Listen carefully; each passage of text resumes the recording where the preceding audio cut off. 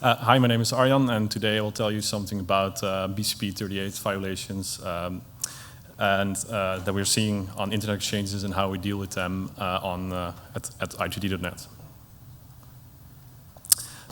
So just a very quick BCP38 recap for people that might not be familiar with it. BCP38 is all about anti-IP spoofing. It describes best practices for implementing network ingress filtering inside of your network, which will prevent end users from sending IP spoofed packets. And that will result in your network, or prevents your network from being abused to trigger denial of service attacks.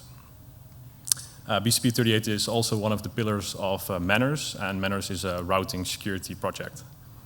Another well-known project inside of the community is the Qaeda Spoofer project, and with the Qaeda Spoofer project they're doing automated IP spoofing measurements using probes in various networks, and they are publishing those results on their website. IP spoofing can be abused in various ways. Two common types of attacks are reflection attacks and hiding attacks. And with a reflection attack, a large DDoS attack can be triggered by spoofing the IP address of the victim and sending the request to various reflectors. And these reflectors can be services such as DNS servers or NTP servers. And by sending a large amount of requests to these reflectors, the victim can be overwhelmed by these responses. And these responses are usually much larger in size than the initial request. Hence, the attacker does not need to have a lot of bandwidth in order to trigger a large DDoS attack. And this is also referred to as amplification. Another type of attack is a hiding attack, and with a hiding attack, the victim receives a large amount of UDP flooding or a replay attack, and here the source IPs are random and also spoofed. And because of this, it's quite hard to trace back the origin of this attack. With this, there's no amplification at play, so the attacks are usually quite a bit smaller. How should you implement BCP38? Well, highly simplified, you should enable this in your router's configuration on the layer 3 interfaces that are facing your endpoints. And this could be as simple as enabling features like RPF check or URPF, or if that's not supported, it could also be a static access list or firewall filter. So in the next 3 slides, I'm showing you some traffic that, spoof traffic that we have received in the i3d network on external facing interfaces in a period of 30 days. And as is tradition, I've cut out the y-axis, but it's not super relevant for this discussion, as like in a perfect world, this graph should all be empty, but yet here we are. And this specific graph shows spoofed traffic where the IPs that are being spoofed are actually they are owned by i3d. So this traffic is showing triggering packets for reflection attacks. And I have to note here that you would only see this type of traffic if there are also reflectors active inside of your own network, such as DNS and NTP servers. And this, most of this traffic we're seeing here comes in our network over transit, but there's still a considerable amount of traffic coming in over internet exchanges and private peering. In this graph, we're showing traffic from hiding attacks, and here we are specifically filtering on bogon IPv4 ranges. And they can be ranges such as the multicast range or reserved range, local host, etc. Most of this traffic for us is coming in over internet exchanges and private peering. And if we dig further into these kind of attacks, we can see that they are simply like spoofing the whole IPv4 internet. This graph is also showing the hiding attacks, but we're taking a little bit of a different approach here. Here we are specifically filtering out those bogon ranges from the previous slide, but here we are filtering inside of the flow data on source AS0, and source AS0 in this context means that the router who has received the traffic does not have a route object or not a route programmed into his memory. And all of these routers do actually have a full table inside of their memory, so if they're receiving this kind of traffic and they cannot match it, this is highly likely also to be spoofed. So yeah, in conclusion, this kind of feels like dweilen met de kraan open, which is a nice Dutch saying for mopping the floor with the tap still open. Yeah.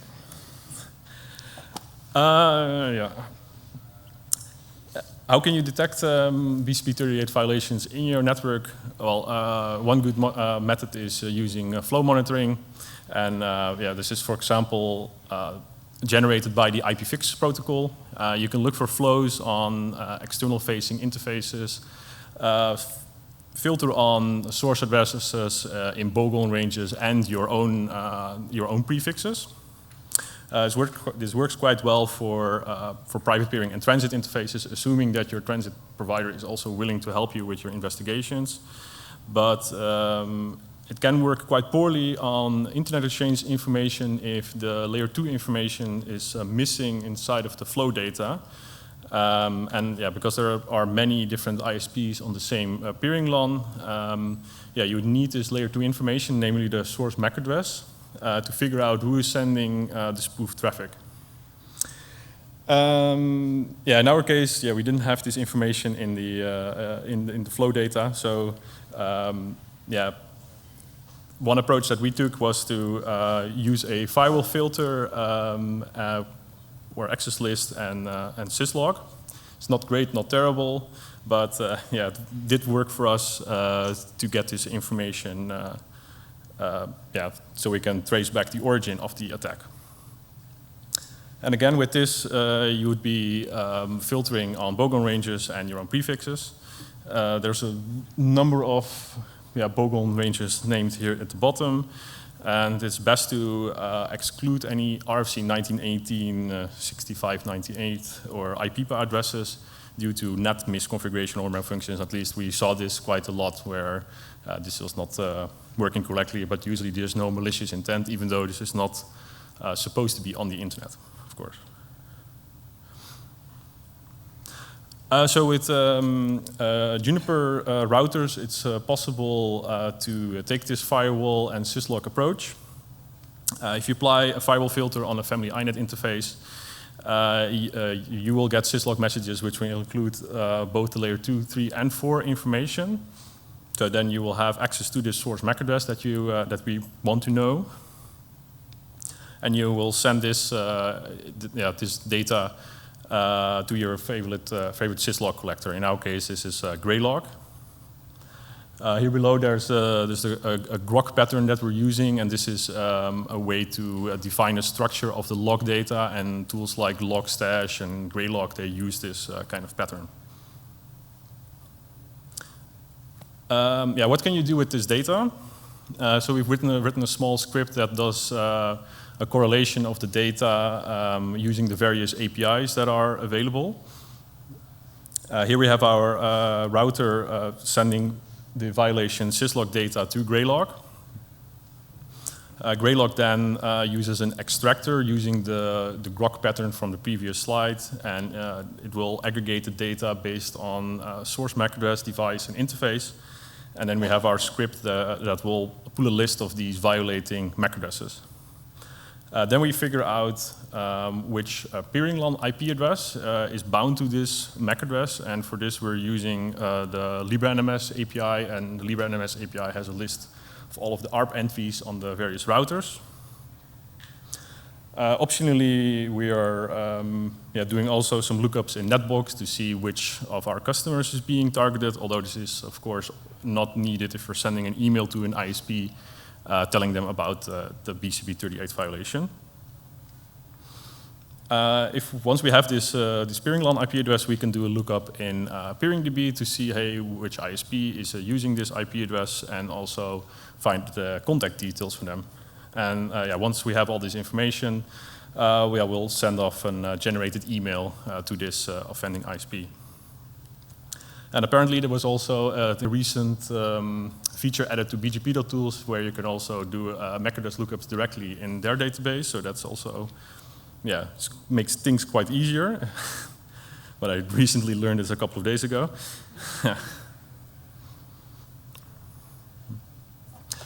Right. Yeah, as a proof of concept, and for academic reasons, I've sent some spoof traffic from the event infra network for testing. And the event infra network is the network that I'm also involved with, and and is also being used right here at the event. And in theory, you should not be able to spoof any packets from this network, but if you can, then let me know. Yeah, we're using, this is a small Python script, and we're using the SCAPI or SCAPI, or however you want to call it, library to craft some spoofed packets. And then we're sending these spoofed packets over our favorite internet exchange, VisaX. And so, with the script we have on the I2D side, we can generate a short list of offending ISPs. And then we can click a button to send an email, a generated email to this ISP. So here we have an example email for the spoofing incident across VisaX to event infra. Right. Yeah. What experience did we gather while contacting offending ISPs? Well, in general, the response rate is not very great on the emails, but when the ISPs respond, most of them are willing to help, and because there's usually some misconfiguration or bugs that are at play.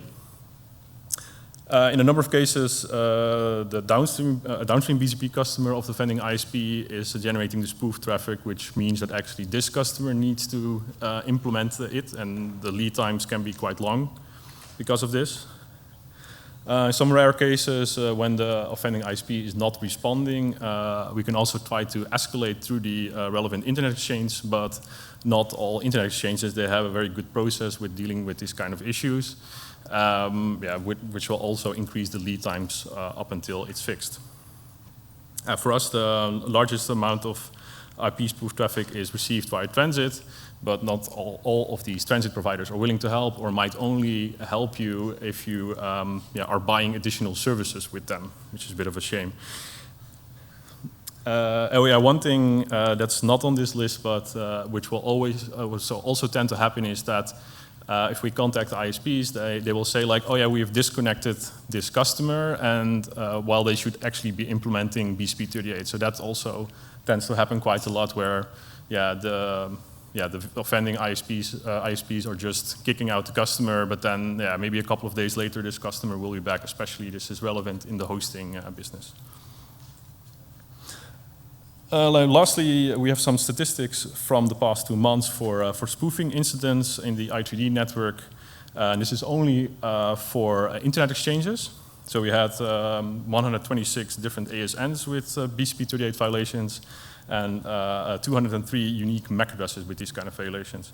I also checked this morning to see if there were any of these ISPs that should supposed to be member of Manners, and there were 16 ISPs that are Manners member, but apparently you can spoof traffic from them. So that's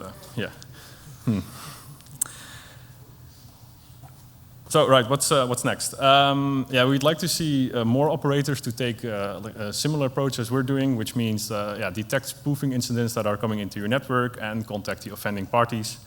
We want to work closer with transit providers to find offending parties and talk to internet exchanges about improving incident handling. And we want to, if possible, get rid of the syslog approach that we've, or the firewall filter syslog approach that we've talked about, and convert it to a flow data approach. And apparently this should be possible with a new version of the network operating system that we're running, but it's still in investigation phase. And lastly, we also want to improve the spoofing detection for our own IP transit customers, and this could be by using the same sort of dynamic route prefix list that we're using and combining those with firewall filters or something along those lines. But this is also still in an investigative phase. So yeah, that was it. Are there any questions? Thank you, Arjan.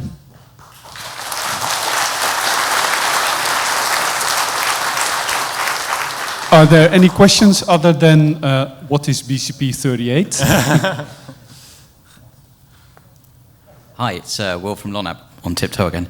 I was interested about your comment about asking the Internet Exchange to do something in the case of spoof traffic, because actually, as it stands, I'm not able to take action on that because it's not a breach of our technical requirements.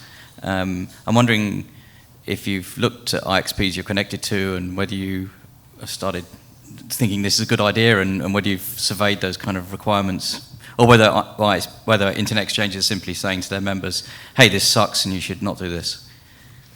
Yeah, it's mostly about we've seen issues where their members are not responding. So in this case, it's nice that the Internet Exchanges will be helping us to get in contact with the other member of the Internet Exchange.